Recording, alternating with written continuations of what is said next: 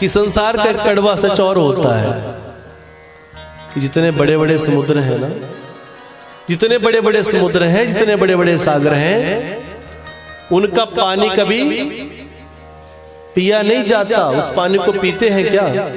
उस पानी को पिएंगे तो जल जाएंगे, आंतें जल जाएंगे। जिस पानी में 10 मिनट आप समुद्र तट पर खड़े होते हैं, आपका चमड़ा फट जाता है। जरा सोचिए उस पानी को पिएंगे तो क्या होगा। चाहे कितने भी बड़े से बड़े समुद्र का पानी आपने देखा हो, पर वो शोभा के लिए ही है, वो पीने के लिए नहीं है। जब प्यास लगती है तो एक छोटे से नल के, छोटे से तालाब, छोटे सी पौंड के पास ही, छोटे से नाले के पास ही आना पड़ता है। इसलिए बड़े बड़े सागर शोभा के लिए हैं, पर प्यास बुझाने के लिए तो छोटे मोटे नाले ही काम आते हैं। तो ये कह सकते हैं कि हमारी ये हिमाचल की भूमि, ये देवभूमि, आज भी इसमें इतने छोटे मोटे नाले बहुत बड़े हैं जो दुनिया की प्यास बुझा सकते हैं, पर हम प्यास बुझाना ही नहीं चाहते हैं, क्योंकि हमारे मन में वही बात आ गई है, हाँ प्रभु मैं गरुड़, मैं आपका वाहन, मैं कौवे से कथा सुनूं। भगवान ने थप्पड़ रख के दिया, बोला तू रहता तो मेरे साथ है, पर तेरी औकात बिल्कुल नीचे है। वो कौवा है और वो कौवा होकर भी हंस बन चुका है, और तू मेरे पास रहता है, पर फिर भी तू कौवे से भी नीचे। जिसने हरि नाम का संकीर्तन किया, काले कौवा हंस बन गए, प्यारे इन चरणों को थाम, सच्चे सतगुरु के चरणों में बसते हैं ये चारों धाम, बसते हैं ये चारों धाम।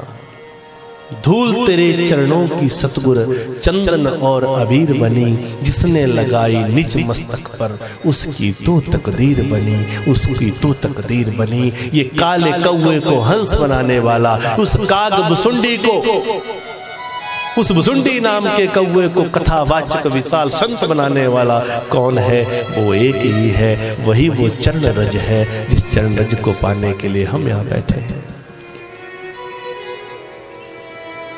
इसीलिए तो भगवान कहते हैं वेद व्यास, वंदे व्रज स्त्रीणाम पादरेणु भिक्ष्णसा, तासाम हरि कथोदगीतम पुनाति भुवन त्रयम्। तासाम हरि कथोदगीतम, वंदे ब्रज स्त्रीणाम, ब्रज की स्त्रियों को बारंबार प्रणाम किया है। और ब्रज की स्त्रियां कौन हैं? जो भगवान की चरण रज को हर समय अपने साथ लगा के रहती। क्या यहाँ कोई ब्रज स्त्रियां बैठी बैठी नहीं बैठे? यही तो आपके मन का बहम है, यही आपके मन का बहम है कि आपको लग रहा है कि आप ब्रज स्त्रियां नहीं, कि वृंदावन में बस जाऊं ऐसी तो मेरी औकात न थी, कि वृंदावन में बस जाऊं। ये उन माताओं के लिए, उन बहनों के लिए, उन भाइयों के लिए जिनके मन में ये है कि नहीं, हम वृंदावन में पैदा नहीं हुए इसलिए हम बड़े नीचे हैं और बड़े उड़े, कि वृंदावन में बस जाऊं ऐसी तो मेरी औकात न थी, गर श्यामा प्यारी कर दे कृपा, तो मुश्किल की कोई बात न थी। अरे मुश्किल की क्या बात है ये, अगर श्यामा प्यारी कृपा कर दे। भगवान कृष्ण कहते हैं अर्जुन से, हे अर्जुन, योगी वो नहीं है जो गंगा जल लाने के लिए हरिद्वार जाता है। अरे हरिद्वार तो वो लोग जाते हैं जो योगी नहीं है। हे अर्जुन, तू योगी है, योगी वो नहीं है जो गंगा जल लाने के लिए हरिद्वार जाते हैं। गंदे नाले का पानी अपने हाथ में उठाकर गंगा माँ का आह्वान करे और उसमें ही गंगा बैठ जाए, वही गंगा जल बन जाए, वो योगी, वो योगी। और उसी का उदाहरण दे दिया अर्जुन ने, जब आपके रिवाल्सर में बाण चलाया तो एक प्रकार की नहीं, 7 रंग की गंगा यहाँ पर बर्बाद कर दी। एक रंग की नहीं, 7 रंग की गंगा त्रिवासर में प्रकट कर दी। यही तो जीवन की लीला है, जिसको हम समझना नहीं चाहते। और जिसने इसको समझ लिया, इसलिए मेरी माताएं बहनें जो हिमाचल प्रदेश में पैदा हुए हैं या कहीं भी पैदा हुए हैं, मैंने कहा ना कि अगर उसकी कृपा हो जाए तो यहाँ बैठकर भी वृंदावन बन जाएगा, और अगर उसकी कृपा नहीं होगी तो वृंदावन में बैठे लोग भी केवल रात दिन भांग के सुट्टे खींचते रह जाएंगे, पान तंबाकू खाते जाएंगे, जर्दा ही खाते रह जाएंगे और कृष्ण को प्राप्त नहीं कर पाएंगे।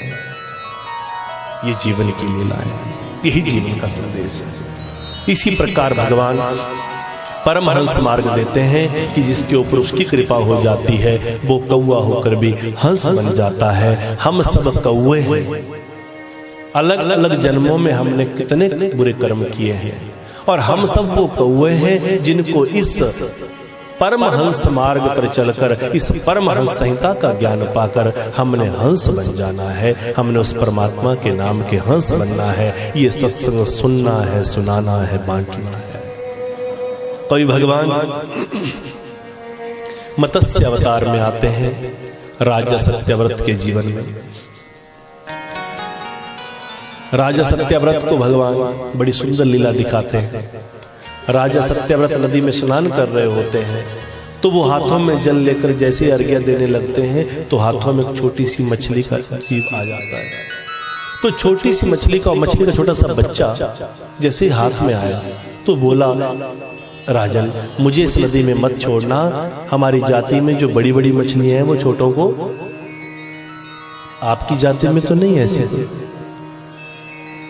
मुझे लगता है कि हम सब की जाति में भी ऐसे लफड़ा, जो बड़ी बड़ी मछलियां हैं वो छोटी मछलियों को भक्षण करना चाहती हैं, पर जिसके ऊपर कृपा हो जाती है ना उसको कोई ना कोई सत्यव्रत मिल ही जाता। तो छोटी सी मछली बोली, राजन मुझे मत छोड़ना, मुझे अपने संग लेकर चलो। सत्यव्रत लेकर गए मैं अपने महल में, करमंडल में डाला, एक ही पल में उसका आकार बड़ा करमंडल के बराबर हो गया। महल में छोटा सा तालाब था, अरे भैया इसमें डाल दो, क्या करें, तो आकार बढ़ रहा है इसका। तालाब को घेर लिया, नदी में पहुंचाया, नदी को घेर लिया, अरे भाई इसको बड़े समुद्र में डाल दो तो आकार बढ़ता ही जा रहा है। समुद्र में डाला, 400 योजन विस्तीर्ण समुद्र में फैल। अब सत्यव्रत दोनों हाथ जोड़ के कहने लगे, हे प्रभु आपकी क्या ये लीला है, आप क्या दिखाना चाहते हैं, मुझे आप कृपया करके बताएं।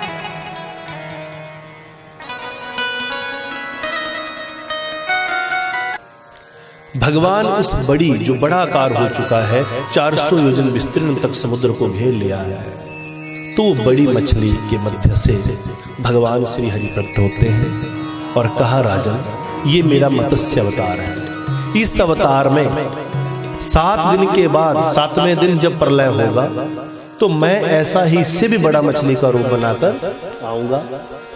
आप एक नाव लेना, उस नाव को वसुदेव नाग के माध्यम से मेरे साथ बांध देना, और जो सृष्टि का सप्त बीज है, सप्त धान्य है, सप्त ऋषि हैं, और उसके साथ साथ वो जीवात्माएं जिन्होंने संत मत को धारण कर लिया है, जिन्होंने किसी ना किसी संत की संगत पाकर शब्द का पान करके जिन्होंने परमात्मा की बंदगी की है, जिनके पास भक्ति नाम का टिकट होगा, वही उस नाव में बैठ पाएंगे, बाकी उस नाव में नहीं बैठ पाएंगे। वैसे ही हुआ। 7वें दिन प्रलय हुआ, सारी धरती जलमग्न हो गई, धरती डूबने लगी, हम सब लोग रोने लगे, चीखने लगे, पुकारने लगे, हे प्रभु हमें बचाएं, हमें बचाएं, हमें बचाएं। चारों तरफ हाहाकार हो गया, परंतु उस नाव में बैठाने की आज्ञा किसके लिए थी?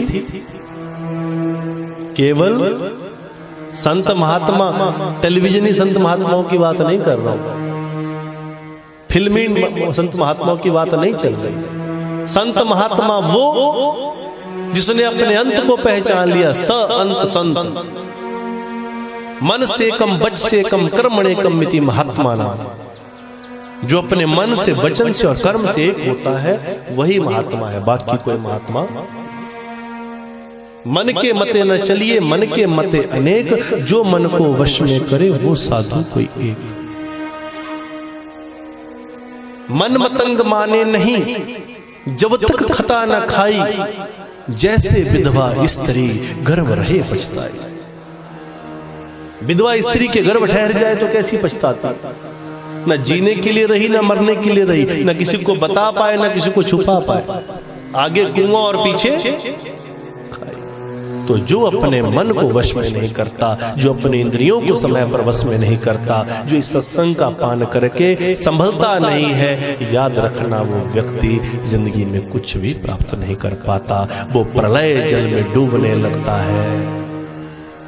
अगर जन बोलेंगे कैसा प्रलय, प्रलय हमने तो कभी देखा नहीं। अरे वो प्रलय जो सत्यव्रत का प्रलय था, वो प्रलय आज भी आ चुका है। सरेआम हमारी भारतीय संस्कृति के संत महात्माओं को गालियां दी जा रही है।